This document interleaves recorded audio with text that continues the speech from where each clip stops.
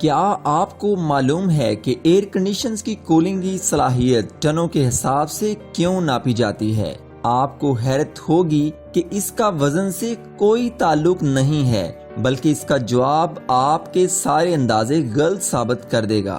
ایک لطیفہ کچھ یوں ہے کہ ایک ایئر کنڈیشنر کی تنصیب کرنے والی مشہور کمپنی کے نمائندے نے ایک معمر خاتون کو بتایا کہ ان کے کمرے میں 3 ٹن والا ایئر کنڈیشنر لگایا جائے گا، تو وہ خاتون حیرت زدہ ہو کر معلوم کرنے لگی کہ اتنی بھاری چیز میرے کمرے میں لے کر کیسے آئیں گے۔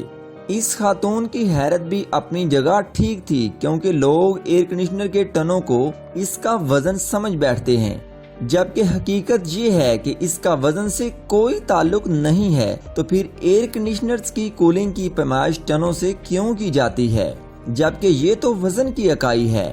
انرجی وین گارڈ نامی ایک ویب سائٹ کی رپورٹ کے مطابق کولنگ کی پیمائش کے لیے ٹن کی پیمائش کے پیچھے ایک دلچسپ تاریخ ہے۔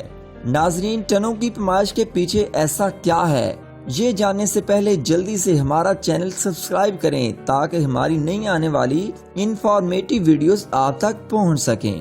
زمانہ قدیم میں گھروں کو ٹھنڈا رکھنے کے لیے برف کا استعمال کیا جاتا تھا۔ دور دراز کے علاقوں سے لائی گئی برف ٹنوں کے حساب سے لائی جاتی تھی، لہٰذا ٹھنڈک کی پیمائش بھی ٹنوں کے حساب سے کی جانے لگی۔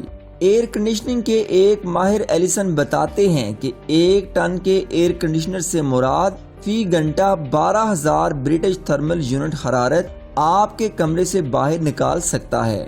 ایک BTU سے مراد اتنی حرارت ہے جو ایک ماچس کی تیلی کے جلانے سے ہوتی ہے۔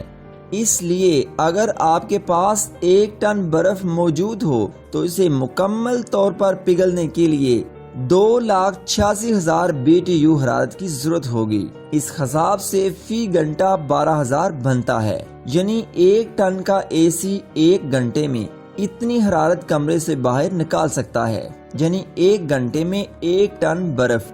ناظرین، یقیناً آج کی ویڈیو نے آپ کی انفارمیشن میں اضافہ کیا ہوگا۔ اس سے پہلے شاید آپ بھی یہ سمجھتے ہوں گے کہ 1 ٹن AC سے مراد یہ ہے کہ اس کا وزن 1 ٹن ہے، لیکن ایسا بالکل بھی نہیں ہے۔